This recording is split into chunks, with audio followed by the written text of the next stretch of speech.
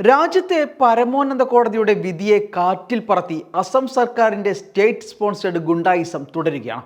Bulldozer Raj പൊളിക്കലുകൾക്ക് supreme കോടതിയുടെ വിലക്ക് നിലനിൽക്കെ 150 വീടുകളാണ് അസം സർക്കാർ പൊളിച്ചു നീക്കിയത്. ഗോൾപാറ ജില്ലയിലെ കച്ചുതാലി ഗ്രാമത്തിലാണ് ബുൾഡോസർ ഉപയോഗിച്ച് ഹിമന്ത ബിശ്വ ശർമ്മ സർക്കാർ വീടുകൾ തകർത്തത്. കച്ചുതാലി നടത്തിയ കുടിയൊഴിപ്പിക്കൽ നീക്കത്തിനെതിരെ പ്രതിഷേധിച്ചവർക്ക് നേരെ നടത്തിയ വെടിവെപ്പിൽ 2 പേർ കൊല്ലപ്പെട്ടിരുന്നു. ഇതോടെ തൽക്കാലത്തേക്ക് നിർത്തിവെച്ച നടപടിയാണ് കഴിഞ്ഞ ദിവസം വീണ്ടും തുടങ്ങിയത്. അന്ന് നടന്ന വെടിവെപ്പിൽ 19ഉം 22ഉം വയസ്സുള്ള യുവാക്കളായ സുബാഹിർ അലി, ഹൈദർ അലി എന്നിവരാണ് കൊല്ലപ്പെട്ടത്. സാധാരണക്കാരായ മനുഷ്യർക്ക് നേരെ അസം പോലീസ് നടത്തിയ ഈ ആക്രമണത്തിൽ 11 പേർക്ക് പരിക്കേൽക്കുകയും ചെയ്തിരുന്നു. കൊല്ലപ്പെട്ടവരുടെയും പരിക്കേറ്റവരുടെയും രക്തക്കറ ഉണങ്ങുന്നതിന് മുമ്പേ സുപ്രീം കോടതി വിലക്ക് നിലനിൽക്കെയാണ് 12ാം ദിവസം മുസ്ലിം ഭൂരിപക്ഷ പ്രദേശത്ത് അസം പോലീസ് കുടിയൊഴിപ്പിക്കൽ തുടരുന്നത്.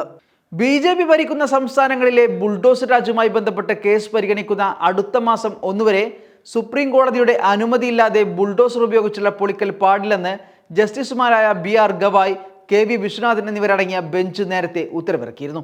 ഉദ്യോഗസ്ഥരെ ജഡ്ജിമാരാകാൻ സമ്മതിക്കില്ല, നിയമവിരുദ്ധമായി ഒരു കെട്ടിടം പൊളിച്ചു നീക്കിയാൽ പോലും അത് ഭരണഘടനയുടെ ധാർമ്മികതയ്ക്ക് വിരുദ്ധമാണെന്നും ബെഞ്ച് നേരത്തെ ചൂണ്ടിക്കാണിച്ചിരുന്നു.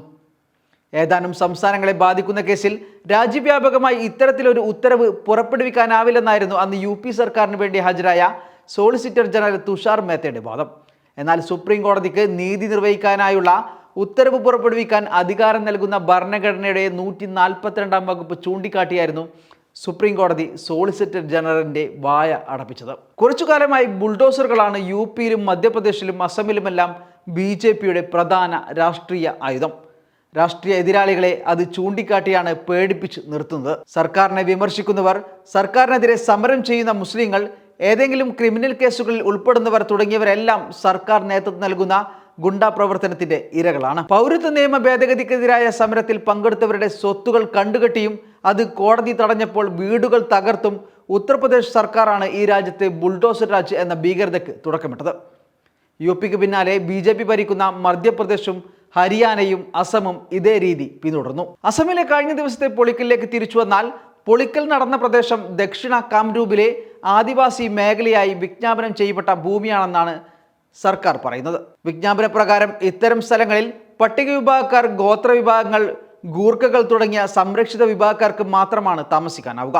പക്ഷേ ഒന്ന് ചോദിക്കട്ടെ, ഇപ്പോൾ മുസ്ലിങ്ങൾ മാത്രമാണോ അവിടെ താമസിക്കുന്നത്? അല്ല എന്നതാണ് സത്യം.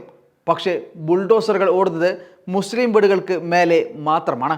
ഇവിടെ താമസിക്കുന്നത് മുസ്ലിങ്ങൾ മാത്രമല്ല, മറ്റു സമുദായക്കാരുമുണ്ട്. എന്നാൽ അവരുടെ വീടുകൾ ഒഴിവാക്കി മുസ്ലിം സമുദായത്തിൽപ്പെട്ടവരുടെ വീടുകൾക്ക് നേരെ മാത്രമാണ് ബുൾഡോസർ ഉപയോഗിച്ചുള്ള പൊളിക്കൽ നടക്കുന്നതെന്നും ഇത് തികച്ചും വിവേചനപരമാണെന്നും ഗുവാഹത്തി ഹൈക്കോടതി അഭിഭാഷകൻ റിസാവുൽ കരീം പറയുന്നു. അസം സർക്കാരിൻ്റെയും രാജ്യത്തെ മറ്റു BJP സർക്കാരുകളുടെയും ഉദ്ദേശം വ്യക്തമാണ്. അതിനാൽ ഇത് അവസാനത്തെ സംഭവമാകട്ടെ എന്ന് ആശ്വസിക്കാനേ വയ്യ. Waytonikah.com, the exclusive Muslim matrimonial site.